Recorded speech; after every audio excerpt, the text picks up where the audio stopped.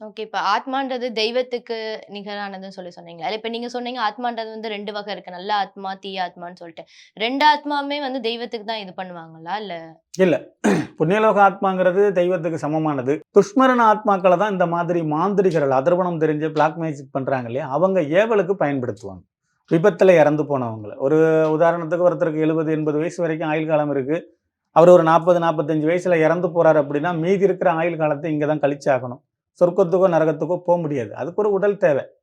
அப்ப இந்த மாதிரி இருக்கிறவங்க உடம்புக்குள்ள புகுந்துகிட்டு, தன்னுடைய ஆசாபாசங்கள நிறைவேத்துவாங்க. அந்த மாரி ஆத்மாக்கள நம்ம வெளியேத்தி சித்தி பண்ணி வச்சுக்குவாங்க. ஏவல் முறைக்கு பயன்படுத்துறதுக்கு. அதாவது அஷ்டமா சித்து, கெட்ட காரியங்கள்.